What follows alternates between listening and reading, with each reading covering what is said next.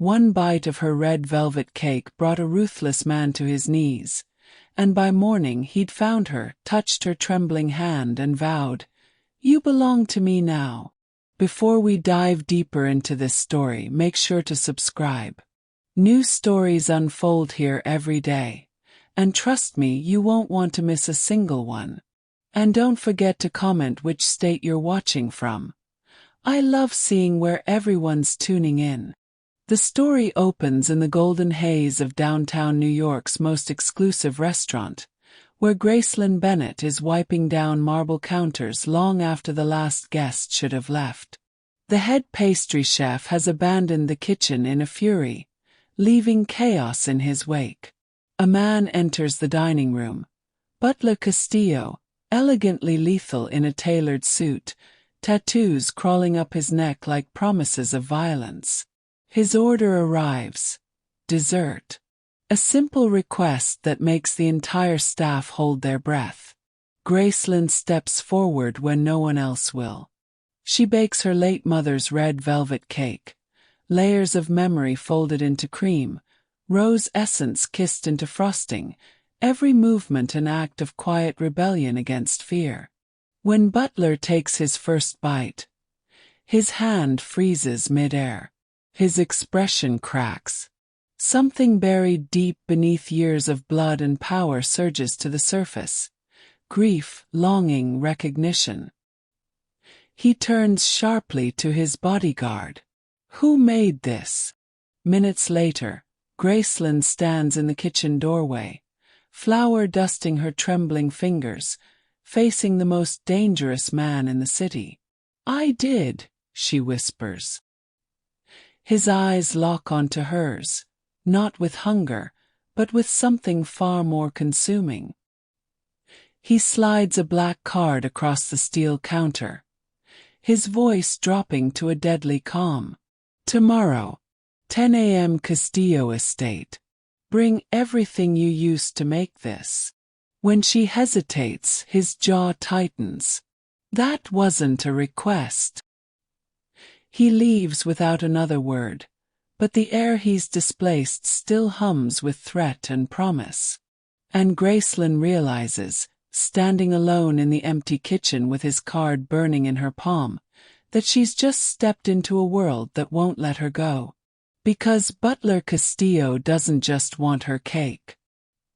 He wants the woman who reminded him he once had a soul. ## transition bridge into backstory. But to understand why a single dessert could shatter a man who'd built his empire on ruthlessness, you need to know three things. The night his mother died, the bomb meant to kill him, and the quiet pastry chef who accidentally became his salvation. Gracelyn didn't sleep. The black card sat on her kitchen counter all night, catching slivers of moonlight through her Brooklyn apartment's single window. She'd turned it over a dozen times, tracing the embossed gold lettering with her fingertip. * Castillo Estate. 10 a.m. tomorrow. *. No phone number. No explanation. Just an address that felt more like a summons than an invitation. By dawn, she'd convinced herself 3 separate times not to go. By 7, she was in the shower. By 8:30, she was standing in front of her closet, hands trembling as she chose a simple cream blouse and dark jeans, something that wouldn't look like she was trying too hard, but wouldn't insult a man who clearly noticed everything. "You're insane." Sienna stood in the doorway, coffee mug in hand, her expression caught between disbelief and genuine fear. She'd come over the moment Gracelyn texted her, and now she watched her best friend pack a tote bag with the same ingredients she'd used the night before. "He asked me to come," Gracelyn said quietly, folding her mother's recipe card into her pocket. "He told you to come," Sienna corrected, her voice sharp. "Grace, Castillo's men don't make polite invitations. You know what they say about him, right? People who cross him disappear. People who interest him." She stopped, setting down her mug. "They don't come back the same." Gracelyn's hands stilled over a container of vanilla extract. "What if I don't go?" Sienna's silence was answer enough. "Exactly." Gracelyn zipped the bag closed. So I go, I bake whatever he wants, and I leave. That's it. That's never it with men like him. But Gracelyn was already heading for the door, the black card clutched tight enough to leave impressions on her palm. The Castillo estate rose from the landscape like a fortress disguised as elegance. High stone walls wrapped around acres of manicured grounds. Guards stood at intervals along the perimeter, their suits tailored but their eyes cold, scanning. The iron gates opened smoothly as Gracelyn's rideshare approached, as if they'd been expecting her. They probably have been, she thought, her pulse hammering. The driver didn't speak. Neither did the man in the dark suit who opened her door when they reached the circular driveway. He simply gestured toward the entrance. Massive double doors of carved oak that looked like they'd witnessed centuries of secrets. Inside, the mansion breathed wealth and danger in equal measure. Marble floors gleamed beneath crystal chandeliers. Original art lined the walls. Everything was immaculate, expensive, intimidating. And at the center of it all stood Butler Castillo. He waited at the base of a sweeping staircase, hands in the pockets of his tailored black trousers, a crisp white shirt open at the collar. The tattoos she'd glimpsed the night before snaked fully into view now, intricate designs that wrapped around his throat and disappeared beneath his sleeves like secrets written in ink. His eyes found hers immediately. Dark, assessing, patient. "You came," he said. Not a question. Confirmation. Gracelyn forced herself to meet his gaze. "You didn't really give me a choice." Something flickered across his expression. Amusement, perhaps, or approval. "No," he agreed softly. "I didn't." He moved then, crossing the space between them with the kind of controlled grace that made her heart skip. When he stopped, he was close enough that she could smell his cologne. Cedar and smoke and something darker. "This way." He led her through the mansion without another word, down a hallway lined with closed doors, past rooms she caught only glimpses of. A library, an office, something that looked like a war room with maps and monitors. Finally, they reached a set of French doors that opened into a kitchen so stunning it stole her breath. Floor-to-ceiling windows overlooked gardens that seemed to stretch forever. Professional-grade appliances gleamed in brushed steel. The countertops were pristine white marble, the kind she'd only ever seen in magazines. Butler gestured toward the space with one hand. "Bake the same cake." Gracelyn set down her bag slowly, her mind racing. "Why?" "Because I want to watch you make it." His voice was calm, but there was an edge to it, something that suggested he wasn't used to being questioned. "Because I need to know it wasn't luck." She unpacked her ingredients in silence, hyper-aware of him settling into a chair near the windows, one ankle crossed over his knee. His attention fixed entirely on her. It should have been easier the second time. She knew the recipe by heart. Her mother's measurements, her mother's techniques, the exact moment to fold in the cocoa, the precise temperature for the cream cheese frosting. But his gaze made her fingers clumsy. "What's your name?" he asked as she measured flour. "Gracelyn." Her voice came out steadier than she felt. "Gracelyn Bennett. Gracelyn." He repeated it slowly, as if testing how it felt in his mouth. "How long have you worked at Rossetti's?" 2 years. She cracked eggs into a bowl, focusing on the familiar rhythm. "I started as a prep cook. And before that." She paused, glancing at him. His expression was unreadable, but his eyes were intent. "My father owned a small bakery in Queens. When he got sick, I took over. After he died." She swallowed. "I couldn't keep it running alone." Butler said nothing, but something in his posture shifted, a subtle softening she almost missed. The kitchen filled with the scent of vanilla and cocoa as she worked. She folded the batter with practiced precision, poured it into pans, slid them into the oven. When she turned to prepare the frosting, she found him standing now, closer than before, watching her hands move. "The recipe," he said quietly. "Where did you learn it?" "My mother." Gracelyn whisked the cream cheese until it was smooth. "She used to make it for every birthday, every celebration. After she passed, I kept making it. It felt like keeping her alive somehow. The words hung between them, fragile and honest. Butler's jaw tightened. For a moment, she thought she saw something crack in that carefully controlled facade. Grief, maybe, or recognition of his own. When the cake was finished, she plated a slice with the same care she'd given it the night before. He took it without ceremony, lifting the fork to his lips. This time he ate slowly, deliberately. His eyes closed briefly, and when they opened, they found hers with an intensity that made her stomach flip. "You don't belong in that restaurant," he said, his voice low and certain. "You belong here." Gracelyn blinked, confusion clouding her thoughts. "You mean to work here? As your—" "No." He set down the plate and crossed to her in 3 strides.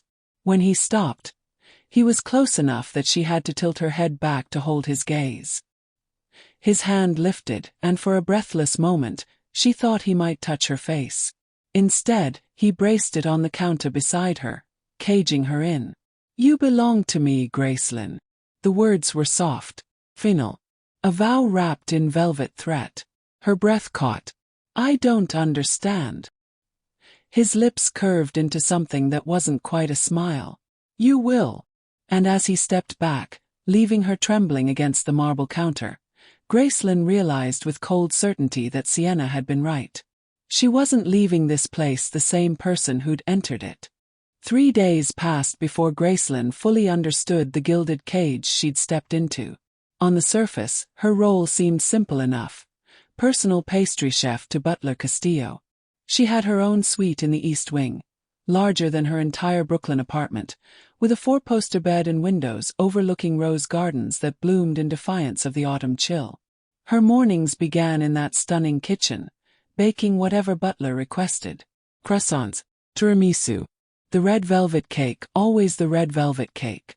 But the rules revealed themselves slowly, like bruises appearing after impact. The first came on day 2, when she tried to leave for a walk in the gardens. A guard materialized from nowhere, his hand gentle but firm on her arm. "Mr. Castillo requires an escort for any movement outside the main house, Miss Bennet." "I'm just going to the gardens." "Yes, ma'am. With an escort." The second rule emerged that same afternoon. She'd been texting Sienna, just a simple "I'm fine, don't worry," when Butler entered the kitchen.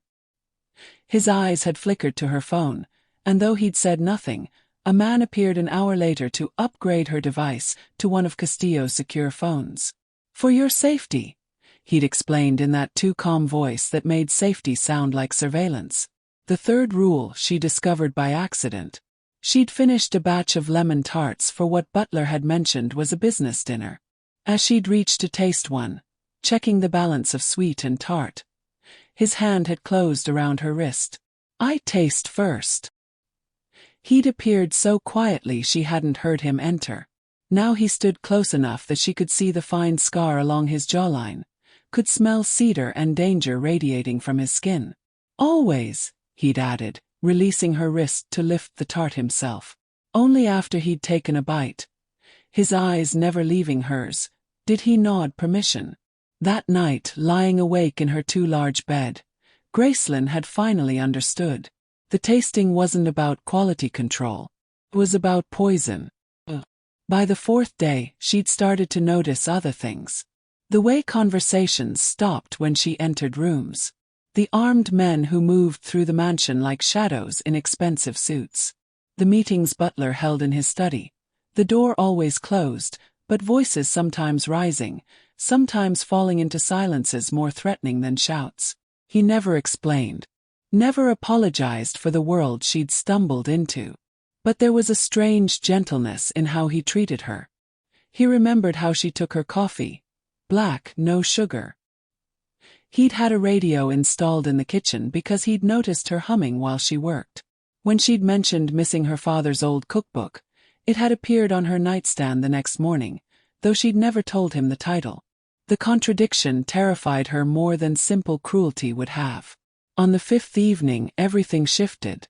Gracelyn had been walking back to her suite when she'd heard voices drifting from Butler's study. The door was cracked open. unusual enough to make her pause in the hallway. Exploiting the weakness. A man's voice, gravelly and cold. The Raldis are circling. Let them circle. Butler's response was calm, but edged with something dark. They know about the girl. Silence. Then. Elaborate.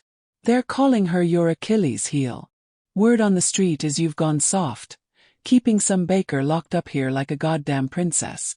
Marco Raldi's already talking about using her to draw you out. Graceland's breath stopped. Her hand found the wall for support. The Raldis can talk all they want. Butler's voice dropped to something lethal. Anyone who touches her won't live long enough to regret it. That's exactly what I mean, boss. You're proving their point. You never would've. Enough. The word cracked like a whip. Footsteps approached the door. Graceland fled. She made it to the kitchen before her knees gave out. She was the weakness. The crack in his armor. The thing his enemies would exploit. And he'd brought her here anyway. Kept her here. Made her complicit in whatever violence her presence would inevitably cause. You heard. Butler's voice came from the doorway. Not a question. Graceland spun, her back hitting the counter. You knew. You knew they'd. Yes.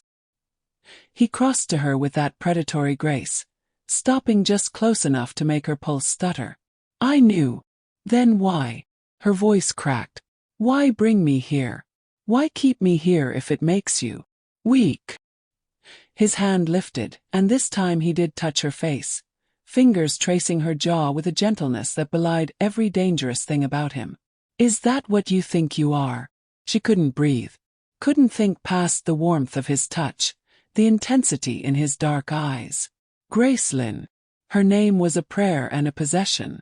The night I tasted your cake, I was supposed to die. There was a bomb in that restaurant. Timed, planted, meant to end me. But I stayed. 10 minutes longer than planned, because I couldn't stop tasting what you'd made.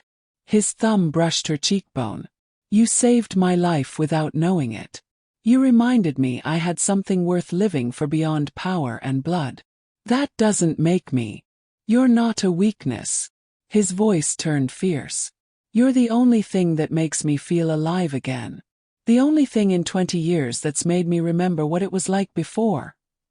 He stopped, jaw tightening. Before I became this. Her heart hammered against her ribs. She should pull away. Should demand he let her go. Should be terrified of the mob boss standing inches away, confessing that her existence had made him vulnerable. But when his hand slipped from her face to her hand, fingers lacing through hers, her body betrayed every rational thought. Her pulse didn't race with fear. It raced with something far more dangerous. I can protect you, Butler murmured, his thumb stroking the inside of her wrist where her heartbeat thundered.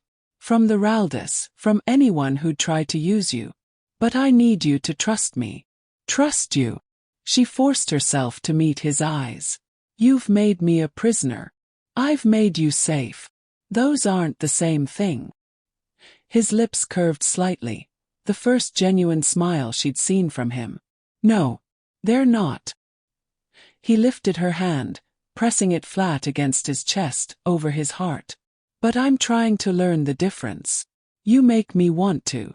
The honesty in his voice unraveled something in her chest. She should hate him, fear him, fight the magnetic pull that made her want to lean into his touch instead of away from it. But as his other hand settled on her hip, gentle and possessive at once, Gracelyn realized the most terrifying thing of all. Part of her didn't want to leave anymore. And Butler Castillo, watching her face with those knowing dark eyes, saw the exact moment she realized it too. Stay, he whispered, and it sounded less like a command than a plea. Let me keep you safe. Let me. Own me. The words came out breathless. His grip tightened fractionally. Cherish you. And when he finally stepped back, leaving her trembling against the counter, Gracelyn knew she'd already made her choice. She just wasn't ready to admit it yet. Gracelyn couldn't sleep. The conversation in the kitchen had left her rattled, her mind spinning through Butler's words like a record stuck on repeat. You're the only thing that makes me feel alive again. The way he'd touched her face. The way her body had responded despite every logical reason it shouldn't. She'd retreated to her suite hours ago, but sleep felt impossible. So when the clock struck midnight and the mansion settled into its nocturnal quiet, she slipped from her room in bare feet and a silk robe, seeking what? Faith. Understanding. The music found her first. It drifted through the hallways like a ghost, a piano melody so haunting and melancholic it pulled her forward without thought. She followed the sound through corridors she'd never explored, past oil paintings of stern-faced men who might have been Butler's ancestors, until she reached a set of double doors left slightly ajar. Beyond them, a piano room bathed in moonlight. And Butler seated at a grand piano, his fingers moving across the keys with a kind of practiced grace that spoke of years, not weeks, of training. Gracelyn froze in the doorway, suddenly feeling like an intruder on something sacred. But before she could retreat, his voice cut through the melody without his hands stopping. "You can come in. I know you're there." She hesitated, then stepped inside. The room was smaller than she'd expected, intimate despite its elegance. Bookshelves lined one wall. A leather chair sat in the corner. And the piano, a Steinway black and gleaming, dominated the space like an altar. Butler didn't look up, just kept playing. The melody was beautiful and broken, each note weighted with grief. "I didn't know you played," Gracelyn said softly, moving closer. "Most people don't." His fingers slowed but didn't stop. "My mother taught me. Before." He didn't finish. Didn't need to. Gracelyn lowered herself onto the piano bench beside him, close enough to feel the warmth radiating from his body, careful not to touch. For a long moment, they sat in silence while he played, the music speaking everything words couldn't. When the final note faded, Butler's hands stilled on the keys. "She used to bake that cake," he said quietly. "Every year on my birthday. Always the same recipe. Red velvet with rose essence. She'd spend hours in the kitchen, and I'd sit at the table doing homework, and the whole house would smell like—" His voice caught. "Like home." Gracelyn's throat tightened. She didn't speak, just waited. "I was 17 when they killed her." His jaw clenched. "A rival family. They wanted to send my father a message, so they broke into our house on a Tuesday afternoon and shot her in our kitchen, right next to the oven. She'd been baking bread. Butler. I found her." His hands curled into fists on the keys, creating a discordant sound that echoed through the room. "I came home from school and found her lying on the floor, blood everywhere, and the bread burning in the oven. The whole house filled with smoke, and I couldn't move. Couldn't breathe. Couldn't." His voice broke completely. Gracelyn acted on instinct, her hand covering his fist, her fingers working gently to uncurl his until she could lace them with hers. "After that," Butler continued, his voice rough, "I never touched her recipes. Never let anyone bake them. My father tried once, hired a chef who attempted to recreate her red velvet cake for my 18th birthday. And he exhaled sharply. "I threw it across the room. Told him if he ever did it again, I'd burn the kitchen down myself. And then I made it," Gracelyn whispered, understanding clicking into place like the final piece of a devastating puzzle. "And then you made it." He turned to face her finally, and in the moonlight, his eyes were raw with emotion. 23 years. I went 23 years without tasting it. Built walls so high around that memory that I convinced myself I'd buried her completely. And then you." His free hand lifted to cup her face. "You walked into my life with flour on your hands and broke every single wall I'd built." Tears burned Gracelyn's eyes. "I'm sorry. I didn't know. Don't apologize." His thumb caught a tear as it fell. "When I tasted your cake, for one perfect moment, she was alive again. The kitchen smelled right. Taste was right. And I felt 17 again, before the blood and the violence and the man I had to become." His voice dropped to barely a whisper. "You gave me back a piece of my soul I thought was dead, Gracelyn. That's why I can't let you go. That's why I—" The door burst open. Dario stood in the doorway, his expression grim, a phone in his hand. "Boss, we have a problem."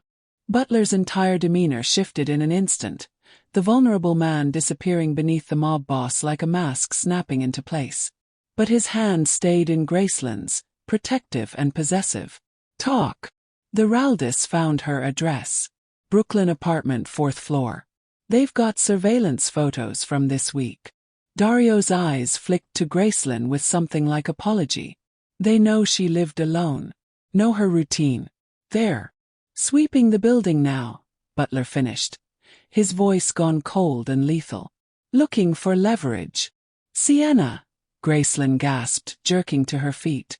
"My friend, she has a key to my apartment. If they think she already handled." Dario nodded. "Got a team pulling her to a safe house as we speak. She'll be confused as hell, but alive." Relief flooded through Graceland so powerfully her knees weakened. Butler's arm wrapped around her waist, steadying her. "What else?" he demanded. "They're escalating. Marco Raldi sent a message through one of our contacts. He wants a meeting. Says he's willing to negotiate terms if you—" Dario's jaw tightened. "If you hand her over." The temperature in the room seemed to drop 10 degrees. "Tell Marco Raldi," Butler said, his voice soft and absolutely terrifying, "that if he comes within a mile of what's mine, I'll dismantle his family piece by piece and make him watch. Then I'll kill him slowly enough that he begs for it." Dario nodded once. "Copy. What about the girl's security detail?" "Triple it. Round-the-clock armed guards. No one enters the East Wing without my explicit authorization. Sweep her suite for devices. Check every entry point." Butler's hand tightened on Graceland's waist. "And Dario, if anything happens to her because someone on my payroll got sloppy, I'll hold them personally responsible. Make sure everyone understands that." "Yes, sir." As Dario left, closing the door behind him, Graceland felt the full weight of her new reality settle over her shoulders. She wasn't just living in Butler's world anymore. She was the reason it was about to go to war. "Hey!" Butler turned her to face him, both hands framing her face now, forcing her to meet his eyes. "Look at me, Graceland. Look at me." She did, tears streaming freely now. "No one is going to hurt you," he said fiercely. "Not the Raldis. Not anyone. I will burn this entire city to ash before I let someone take you from me. Do you understand? This is because of me," she choked out. "All of this violence, it's because of them." His grip tightened. "Because they're weak and desperate and stupid enough to think they can use you against me. But they're wrong, Graceland. You're not my weakness. Then what am I?" He kissed her forehead, his lips lingering against her skin. "You're my reason." And as he held her there in the moonlit piano room, surrounded by ghosts and music and the promise of coming violence, Graceland finally understood.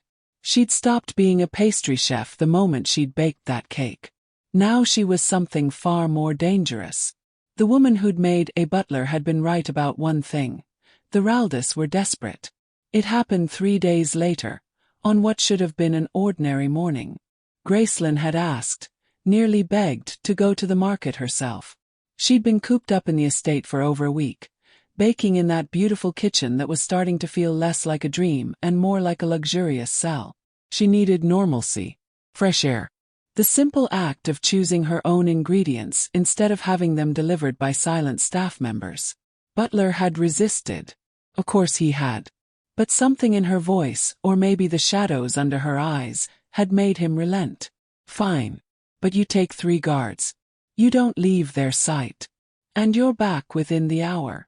Now, sitting in the back of the armored SUV with 2 guards in front and 1 trailing behind in a second vehicle, Graceland almost regretted pushing for this small freedom. The market had been fine, overwhelming after days of isolation, but fine. She'd filled 2 bags with heirloom tomatoes, fresh basil, artisan flour. Had even smiled at the vendor who'd complimented her choices. For 20 precious minutes, she'd felt almost normal again. The attack came on the drive back. They were stopped at a red light, just 2 blocks from the estate's gates, when the first shots shattered the rear window. Gracelyn screamed, diving instinctively toward the floor as glass exploded inward. The guard in the passenger seat was shouting into his radio. "Ambush! Ambush! East on Riverside we need." The driver's window imploded. He slumped forward, blood blooming across his shoulder. "Drive!" the other guard roared, reaching over to grab the wheel. "Drive!" But before they could move, the doors were ripped open. Hands grabbed Gracelyn, rough, violent, dragging her from the vehicle despite her screaming, despite the guards' attempts to fight them off. She heard more gunfire, felt someone's grip bruising her arms as they hauled her backward toward a black van idling at the curb. "Got her!" someone shouted. "Go, go, go!" Then the world exploded. A convoy of vehicles appeared from nowhere, screeching around the corner with a kind of speed that defied physics. The lead SUV didn't slow. It rammed directly into the black van, sending it careening into a parked car with a sound like thunder. More gunfire. Shouting. The hands holding Gracelyn released as her captor turned toward the new threat. And then Butler was there. She saw him emerge from the lead vehicle, gun in hand. His face a mask of cold fury she'd never witnessed before. He moved like violence incarnate. Precise, efficient, absolutely lethal. The man who'd grabbed her raised his weapon. Butler shot him before he could fire. The sound was deafening. The man crumpled, and Butler stepped over him without a glance. His entire focus locked on Gracelyn where she'd fallen to her knees on the pavement. "Don't look," he commanded, his free hand cupping the back of her head, pressing her face into his chest. "Don't look at him. Look at me. Only me." But she'd already seen. The blood spreading across concrete. The way the man's eyes had gone empty. The casual efficiency with which Butler had ended a life. Around them, his men were subduing the remaining attackers, brutal and quick. One tried to run. He made it 3 steps before Dario shot him in the leg. "Alive!" Butler barked without turning. "I want at least 2 alive for questioning." Then he was lifting Gracelyn, carrying her toward his vehicle while she trembled against him. "I've got you," he murmured against her hair. "I've got you. You're safe. I've got you." But she didn't feel safe. She felt like she was drowning. By the time they reached the estate, shock had set in. Gracelyn sat in Butler's study wrapped in a blanket someone had draped over her shoulders, watching him pace like a caged animal. His shirt was spattered with blood, not his own. His knuckles were split from where he'd pistol-whipped one of the attackers who'd gotten too close. He'd been on the phone for 20 minutes, his voice low and lethal as he issued orders. Increased security, interrogations, retribution. When he finally hung up and turned to her, something in his expression cracked. "Gracelyn, you killed him." Her voice came out flat, distant. "Right in front of me. You shot him." Butler crossed to her, kneeling so they were eye level. "He was going to kill you. Or worse, take you to Marco Raldi, who would have used you to destroy me, then killed you anyway once you'd served your purpose." "I know." She did know. Logically, she understood. But logic didn't stop her hands from shaking. "I know, but now you've seen what I really am." His jaw tightened. Not the man who plays piano and remembers his mother. The monster who kills without hesitation to protect what's his. "Don't." She reached out, her hand finding his bloodied knuckles. "Don't call yourself that. It's what I am, Gracelyn. It's what this world made me." He caught her hand, pressing it against his chest where his heart hammered. "But you, Christ, when I got that call, when Dario said you were under attack." His voice broke. "I've never moved so fast. Never felt fear like that. The entire drive, all I could think was not her. Not her, please God, not her." Tears spilled down her cheeks. "You can't keep me here like a prisoner, Butler. This isn't a life. Guards and attacks and I can't lose you." The words ripped from him, raw and desperate. "You don't understand. If you leave, they'll find you. The Raldis know who you are now. They have your face, your name, everything. The moment you step outside my protection, you're dead. Maybe not today, maybe not tomorrow, but eventually. He gripped her shoulders. I can't let that happen. I won't. She stood abruptly, forcing distance between them, the blanket falling to the floor. And if I stay, what then? I just exist here. Bake your cakes and wait for the next attack. Live in fear every time I step outside. If you stay, Butler said, rising to face her, then I protect you with my life. With everything I have. My men, my resources, my entire empire. All of it focused on keeping you safe. That's not living. That's surviving. It's both. He moved closer, his hand lifting to cup her face with a gentleness that contradicted the blood still drying on his sleeve. I know this isn't the life you chose. I know I've trapped you in a world of violence you never asked for. But Gracelyn. His thumb traced her cheekbone. You're the only good thing in my life. The only light in all this darkness. And I will do whatever it takes, become whatever monster I need to be, to keep that light burning. Her breath hitched. What if I want to leave anyway? Pain flashed across his features, quickly masked. Then I'll let you go. His voice dropped to barely a whisper. And I'll assign a security detail to shadow you for the rest of your life, whether you see them or not. Because even if you're not mine to hold, you're still mine to protect. The honesty in his words shattered something in her chest. I'm scared, she admitted, her voice breaking. Scared of this world. Scared of what you can do. But I'm also, she stopped, the truth too complicated to articulate. Also what? She looked up at him, this beautiful, terrible man who'd killed for her, who'd shown her his deepest wounds, who'd made her feel more in 2 weeks than she'd felt in years. I'm also scared of what I feel when you touch me, she whispered. Scared that I'm starting to need this. Need you. Scared that I'm falling for a man who lives in shadows and blood, and I don't know how to stop. Butler's eyes darkened with something fierce and possessive and achingly tender.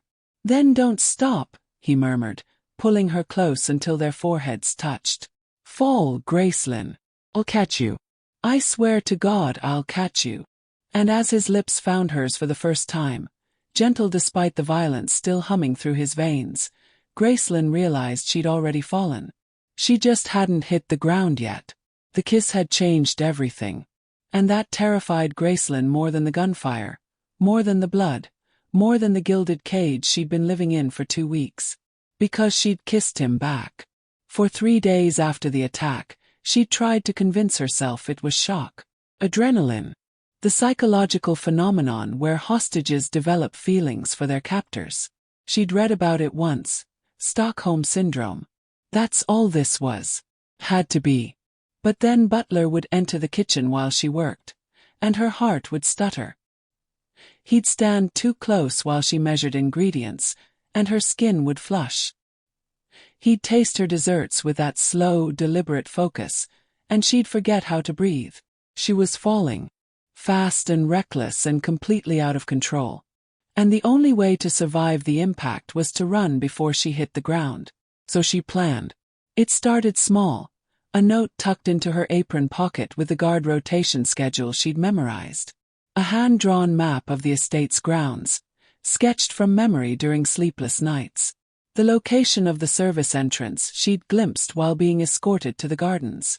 The gap in surveillance she'd noticed at dawn, when the night shift changed and the new guards took 5 precious minutes to settle in. He told no one. Not even Sienna, who'd been calling her new secure phone daily. Her voice tight with worry Gracelyn couldn't ease without revealing the truth. I'm falling in love with a man who kills people. And I need to leave before I can't anymore. The opportunity came on a Thursday morning.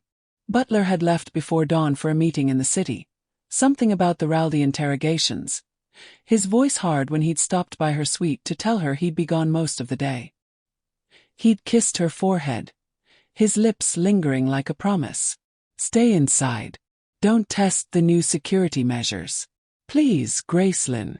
She'd nodded against his chest, hating herself for the lie forming in her throat. I won't. At 5:47 a.m., wearing dark jeans and a hoodie she'd hidden in the back of her closet, Gracelyn slipped from her suite. The hallways were silent. Her feet made no sound on the plush carpet as she moved toward the back staircase, the one the staff used, the one that led to the service areas she'd catalogued obsessively. Her heart hammered so loud she was certain someone would hear it. But she made it to the kitchen, through the mudroom, to the heavy door that opened onto the gardens. The lock disengaged with a soft click that sounded like thunder. She was through. The pre-dawn air hit her face, cold, sharp, tasting of freedom. The gardens stretched before her, still shadowed, the gravel path winding toward the service gate she'd marked on her map. 700 yards. Maybe 8 minutes if she ran. Her breath came in harsh gasps, her bag, packed with cash she'd saved from before, her mother's recipe card, her phone, bouncing against her hip. The roses were still wet with dew, their thorns catching at her clothes as she pushed past carefully manicured hedges toward the stone wall that bordered the property. Almost there. God, she was almost there. The service gate appeared through the morning mist. No guards visible. Just 50 more feet and going somewhere. Gracelyn's legs locked. Butler stood between her and the gate, hands in the pockets of his dark coat, his expression unreadable in the gray light. He looked like he'd been waiting there for hours, like he'd known. Of course he'd known. How? Her voice broke. Thermal sensors throughout the grounds, motion detectors on every door. The moment you left your suite, I was notified. He tilted his head, and something in his eyes made her chest ache. Did you really think I wouldn't know? Tears burned her throat. You were supposed to be gone. I was 10 minutes away when the alert came through. He took a step closer, slow and deliberate, like approaching a frightened animal. I turned the convoy around immediately. Broke every traffic law getting back here because I thought. His voice roughened. I thought someone had gotten past my security. That the Raldis had found a way in. That I was going to find you. So you could keep me locked up forever. The words exploded from her, raw with frustration and fear and heartbreak. This isn't protection, Butler. This is captivity. Being alive isn't living if I have no say in my life. You think I don't know that? He closed the distance between them in 3 strides. You think I want to keep you here like this? Watch you pace the halls like a caged bird. See the way you flinch every time armed men walk past. Then let me go. I can't. The words ripped from him. Christ, Gracelyn, I can't. Why? She shoved at his chest, tears streaming freely now. Because you're obsessed. Because you decided I'm yours and that's all that matters. Because you're so used to controlling everything that you can't handle. Because you saved my life, he roared. The garden went silent. Butler's chest heaved, his control fracturing completely. You saved my life, and you don't even know it. Gracelyn's hands stilled against his chest, confusion cutting through her anger. What? He caught her wrists, gentle despite the intensity vibrating through him. That night. The night you baked the red velvet cake. I was supposed to be at Rossetti's for exactly 45 minutes. Meeting with a contact, then leaving. But when I tasted what you made. His grip tightened. I couldn't leave. Kept eating. Kept trying to understand why it affected me so deeply. I stayed 20 minutes longer than planned. His eyes locked on hers, dark and haunted. There was a bomb, Gracelyn. Under my usual table, planted by the Raldis as their opening move in this war. Time to detonate at 9:30 p.m. exactly. Her blood turned to ice. Butler. I would have been sitting there when it went off. Would have died instantly, along with my bodyguards and half the restaurant. He released one wrist to cup her face. But I wasn't there. 'Cause your cake made me stay. Made me order a second slice. Made me lose track of time for the first time in 20 years. The explosion, she whispered, memory clicking into place. I heard it. We all did. The staff said a gas main ruptured. That's what we told the media. But it was a bomb. Meant for me. His thumb traced her cheekbone. You saved me without knowing it. Your cake, your talent, your mother's recipe. It gave me back my life. And you. His voice cracked. You gave me back my humanity. Gracelyn couldn't breathe. Couldn't process the weight of what he was saying. So you think this is about control? Butler continued, his forehead dropping to rest against hers. About obsession or possession? No, Gracelyn. This is about survival. Mine and yours. Because the moment I realized what you'd done, what you meant, I also realized the Raldis would figure it out too. Would come for you. Use you. Destroy you to get to me. So you brought me here. So I brought you here. He pulled back just enough to meet her eyes. And I know it's a cage. I know it's wrong. I know I've stolen your freedom and your choices and asked you to live in a world of violence you never wanted. But Gracelyn. His voice broke completely. I don't know how to let you go. I don't know how to survive watching you walk away, knowing what's waiting out there for you. She saw it then, the cracks in his armor, the fear beneath the control, the man terrified of losing the only thing that had made him feel human in decades. I can't breathe here, she whispered. Every day, I wake up and the walls are closer. The guards are watching. You're watching. And I know you think it's love, but it is love. The confession fell between them like a grenade. I love you, Gracelyn. Completely. Devastatingly. In every way that matters and probably some that don't. And I know it's too soon and too intense and completely insane, but... He cupped her face with both hands now. I would rather cut out my own heart than watch you die because I wasn't there to protect you. Gracelyn's tears fell harder. You can't love someone and trap them. I know. His own eyes glistened. I know. But I don't know how to do this differently. Don't know how to keep you safe without keeping you close. The sun was rising now, golden light spilling over the gardens, illuminating the desperation on his face. Teach me, he whispered. Tell me how. Because I'll do anything. Give you anything except the one thing you're asking for. I can't let you leave. Not when it means losing you forever. And standing there in the dawn light, Gracelyn realized the terrible truth. She didn't want to leave anymore. She wanted him to give her a reason to stay. The first gunshot shattered the night like breaking glass. Gracelyn jerked upright in bed, heart hammering against her ribs. For one disoriented moment, she thought she'd dreamed it, until the second shot rang out, followed by shouting and the screech of tires on gravel. She was on her feet before conscious thought caught up, yanking on the robe Butler had bought her. Silk, ridiculously expensive, the color of champagne. Her hands shook as she tied the belt. More gunfire. Closer now. The house alarm shrieked to life, red emergency lights flooding the hallways. Gracelyn stumbled into the corridor just as Butler rounded the corner, already dressed, gun in hand. His face was a mask of cold fury she'd never seen before. Kitchen. Now. His voice cut through the chaos with surgical precision. Don't stop, don't look back. What's happening? Now, Gracelyn. Ran. Behind her, the front of the house erupted in gunfire. Glass exploded. Men were shouting in Spanish, words she didn't understand but whose violence needed no translation. Thoraldis. Had to be. Butler had mentioned them once, briefly. His jaw tight with old hatred. The kitchen was exactly where he'd told her to go. As she burst through the door, she understood why. The windows were different here, thicker, reinforced.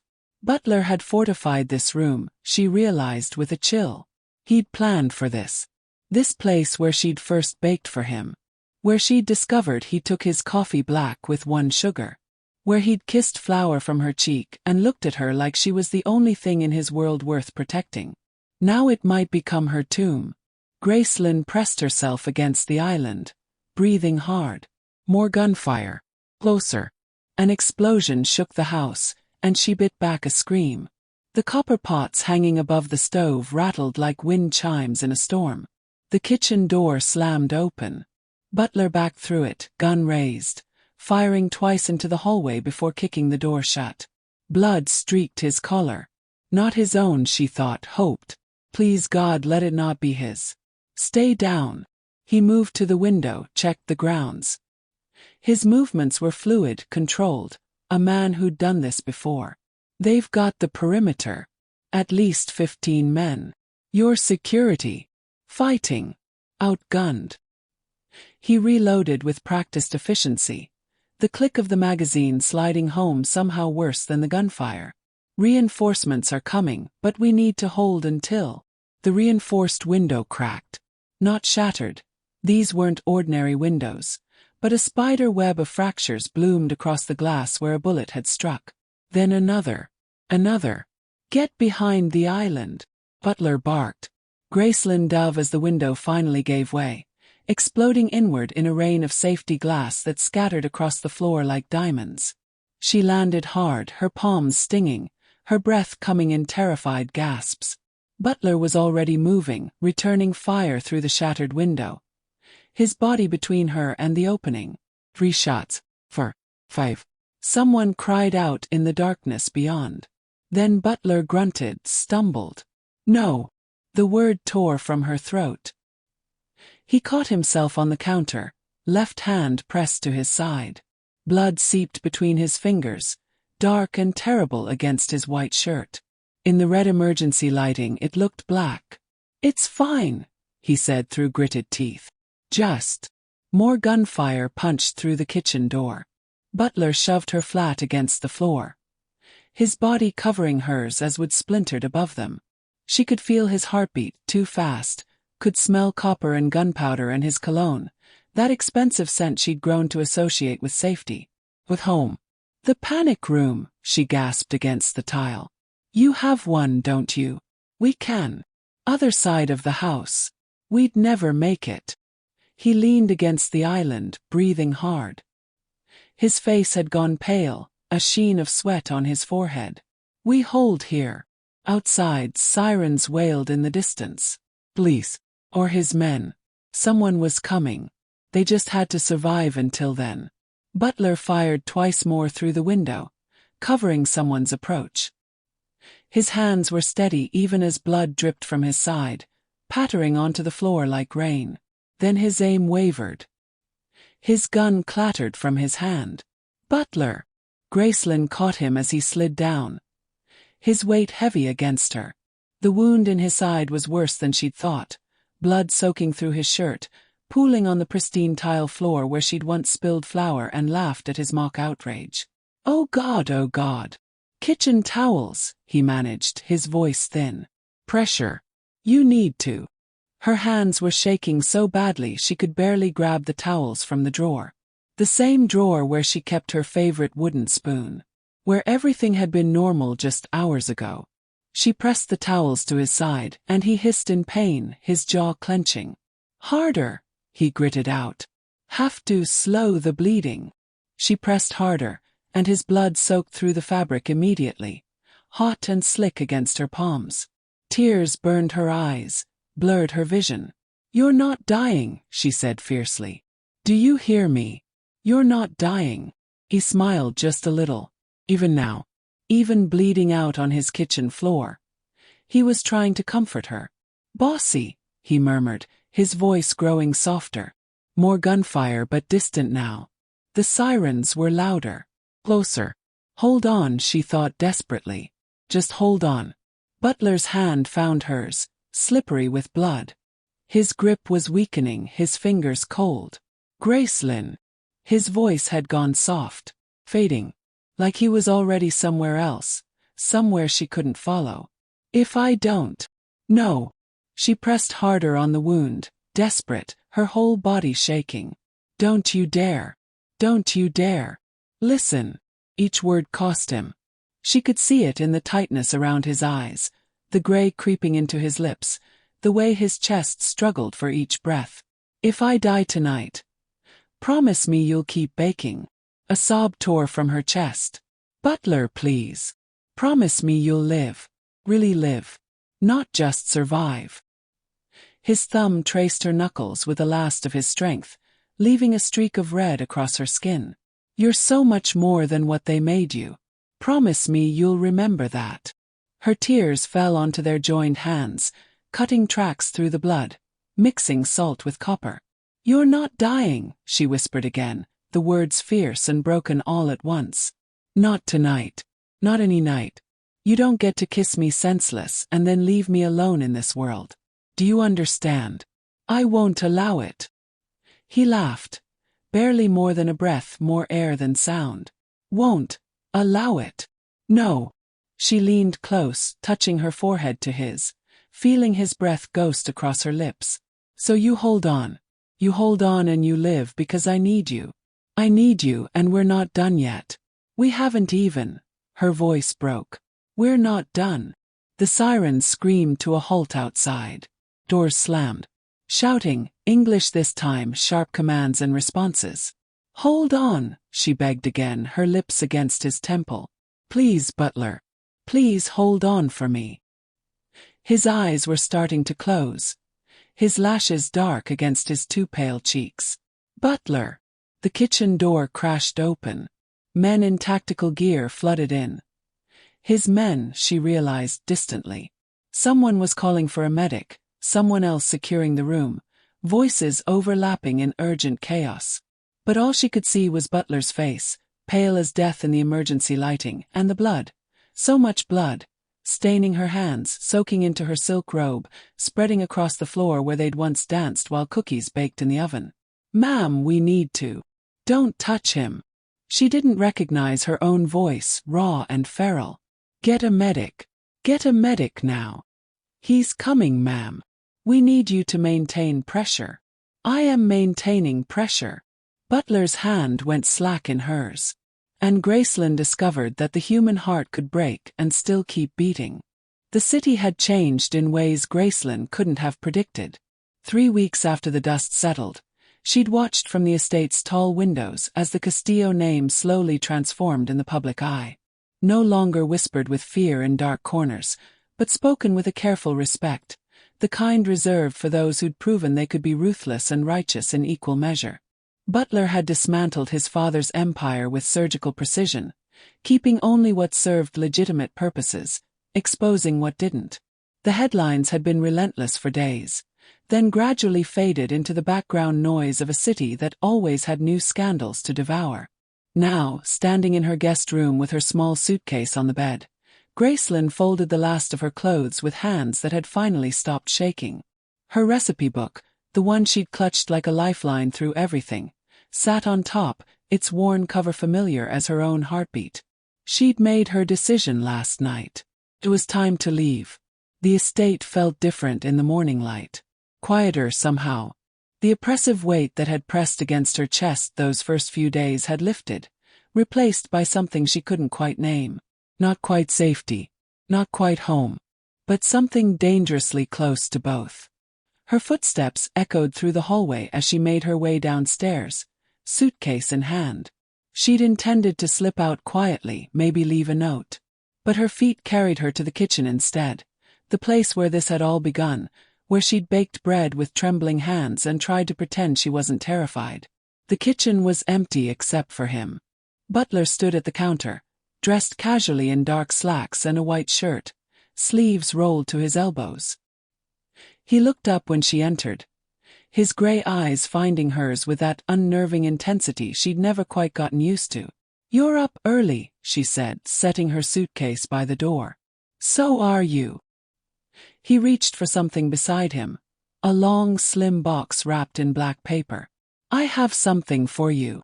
Gracelyn approached slowly, her heart doing something complicated in her chest. "You didn't have to. Open it." She unwrapped the paper carefully, revealing a polished wooden box. Inside, nestled in dark velvet, was a chef's knife, beautiful and perfectly balanced, its blade gleaming in the morning light. The handle was dark wood inlaid with silver, and engraved along the spine in elegant script was her name, Gracelyn. Her throat tightened. "Butler. For when you bake again," he said softly, his voice carrying none of its usual command. "Wherever that might be." She ran her fingers over the engraving, blinking back the unexpected sting of tears. "I thought I was your prisoner." The silence stretched between them, heavy with unspoken things. When she looked up, he'd moved closer, close enough that she could see the faint shadows under his eyes, evidence of sleepless nights matching her own. "You were," he said, his voice low and rough. "Until last night." The words hung in the air between them. Last night, when he'd knocked on her door and told her she was free to go. That the threats had been neutralized, the dangers cleared. That she could walk out the gates and return to her life as if none of this had ever happened. As if she could ever go back to being the woman she'd been before. "The knife is beautiful," she whispered. "Thank you." She closed the box carefully, then picked up her suitcase. This was it. The moment she'd been both longing for and dreading. The moment she reclaimed her freedom, her life, her future. Everything she'd wanted since that first night. So why did it feel like leaving something vital behind?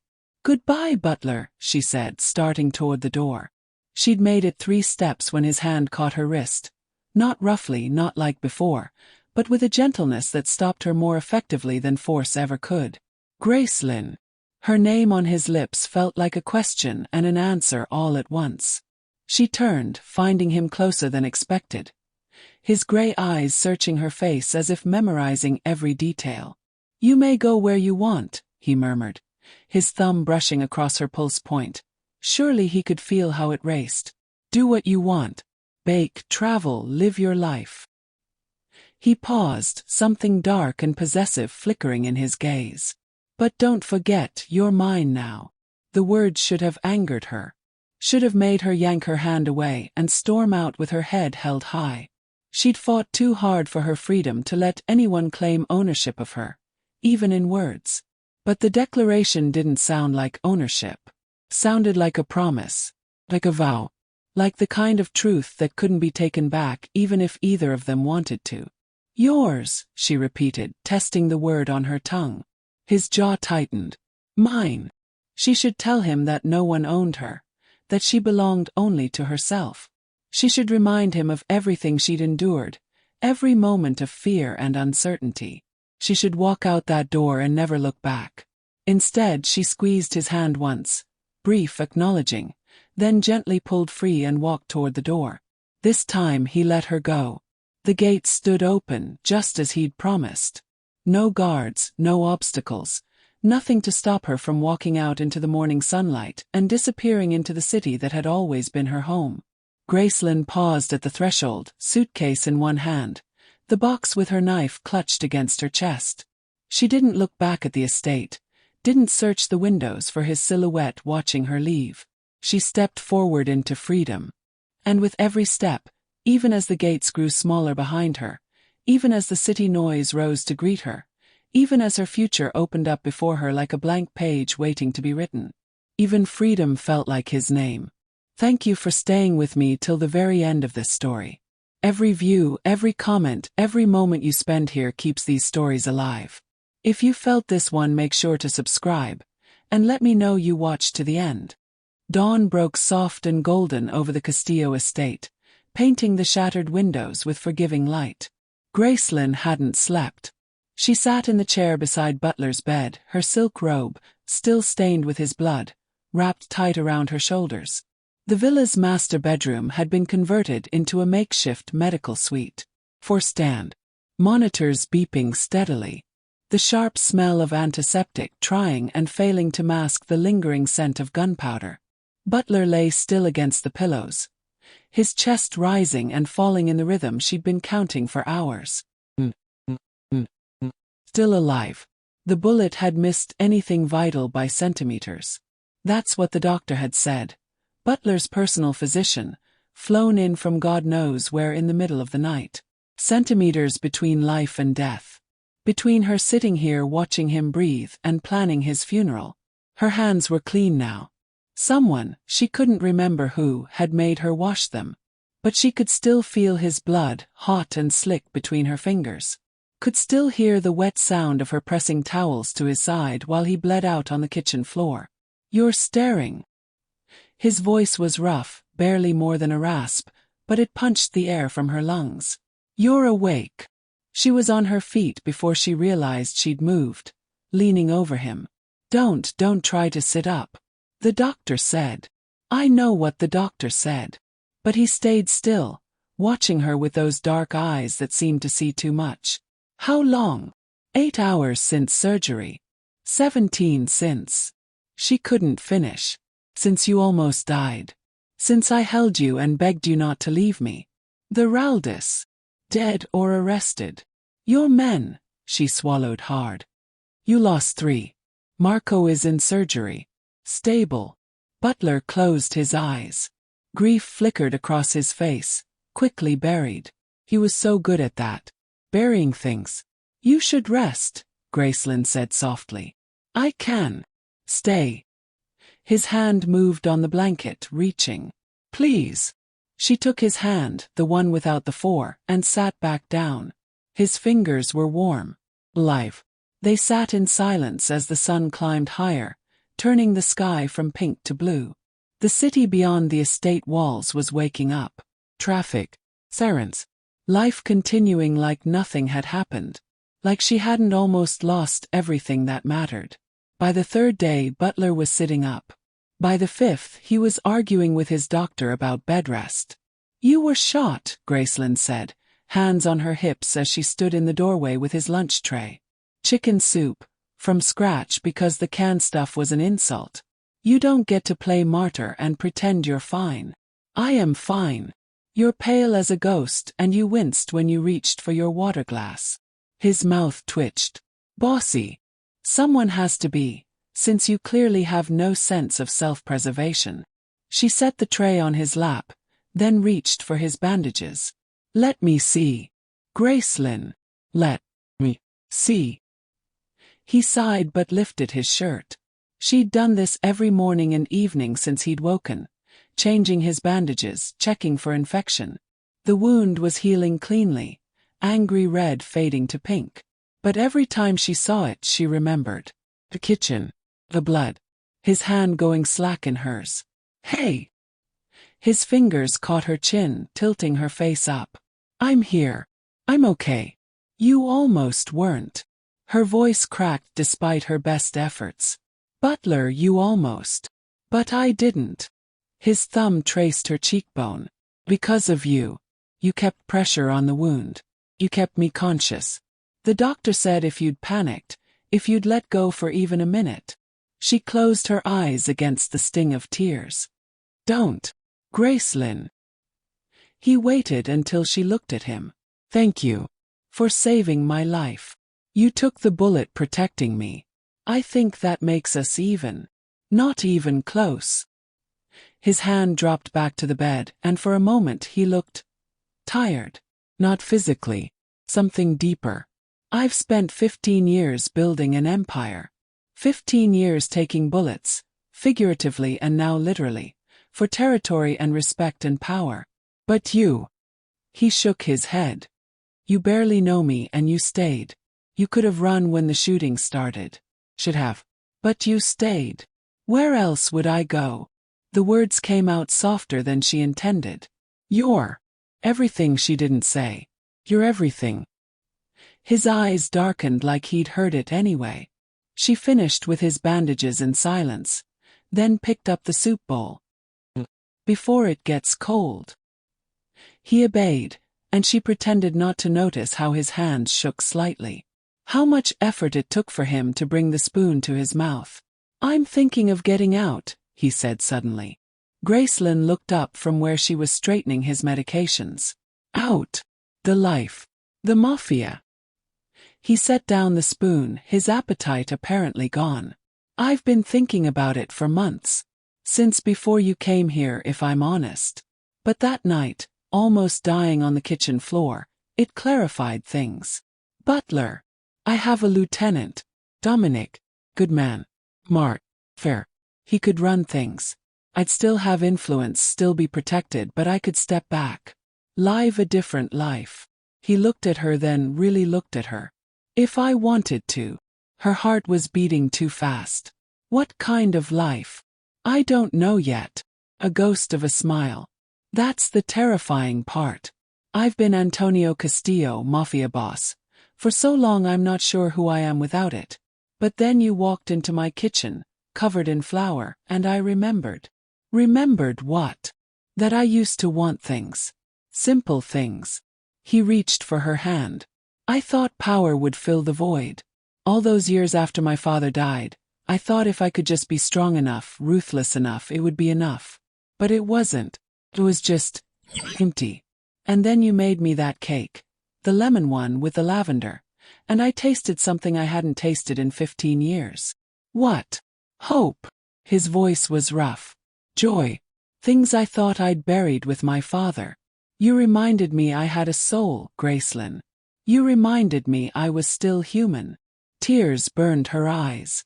I just baked a cake. You did so much more than that. His hand tightened on hers. You saw me. Not Antonio Castillo, the monster in the expensive suit. Just me. And you stayed anyway. She couldn't speak past the lump in her throat. I don't know what happens next, Butler continued quietly. I don't know how to be anything other than what I am. But I want to try. If. He hesitated, vulnerability naked on his face. If you'll help me figure it out. Butler. She cupped his face with her free hand, feeling the scrape of stubble against her palm. Yes. Whatever you need. I'm here. He leaned into her touch, his eyes falling closed. For a moment they just breathed together. Then he opened his eyes, and the look in them stole her breath. Can I kiss you? He asked. I've been wanting to since that first night, but now, after everything, I need you to be sure. I need you to want this too. I've never been more sure of anything. He pulled her down slowly, giving her time to change her mind. He didn't. Their lips met softly, tentatively, a question and an answer all at once. He tasted like chicken soup and possibility. Like a future she'd never let herself imagine. When they broke apart she was crying. Happy tears this time. Stay with me, Butler whispered against her mouth. Not because you owe me. Not because you're afraid. But because you want to. I want to. She kissed him again, soft and sure. I want to stay. Outside, the city hummed with life. Inside, two broken people began to heal. Together.